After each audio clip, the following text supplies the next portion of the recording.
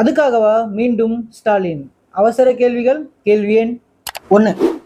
இந்த 5 வருஷத்துல 5 லட்சம் கோடி கடன் வாங்கி பெரும் சாதனையை செஞ்சிருக்காரு. அதுக்காகவா? 2. இந்த 60 மாசத்துல 30 மாசம் மகளிருக்கு 1000 ரூபாய் கொடுத்துட்டு 2021 கொடுத்ததா விளம்பரம் பண்ணிட்டு இருக்காங்களே, அதுக்காகவா? 2024 செப்டம்பர் 27 அன்று சென்னை மாநகராட்சி கவுன்சிலர் கூட்டத்தில் வருடா வருடம் 6% சொத்து வரி உயர்வு தீர்மானம் கொண்டு வந்து திமுக பெரும்பான்மை ஆதரவு கவுன்சிலர்களால் நிறைவேற்றப்பட்டதே, அதற்காகவா? கேள்வி எண் 4. இணையதள லாட்டரி மூலம் பல பேர் தற்கொலை செய்து கொண்டனர் தமிழ்நாட்டில். இது தெரிந்தும் future gaming and hotel service private limited என்ற நிறுவனத்திடமிருந்து தேர்தல் பத்திரம் மூலம் சுமார் 509 கோடியை நன்கொடையாக பெற்றார்களே, அதற்காகவா? கேள்வி எண் 5.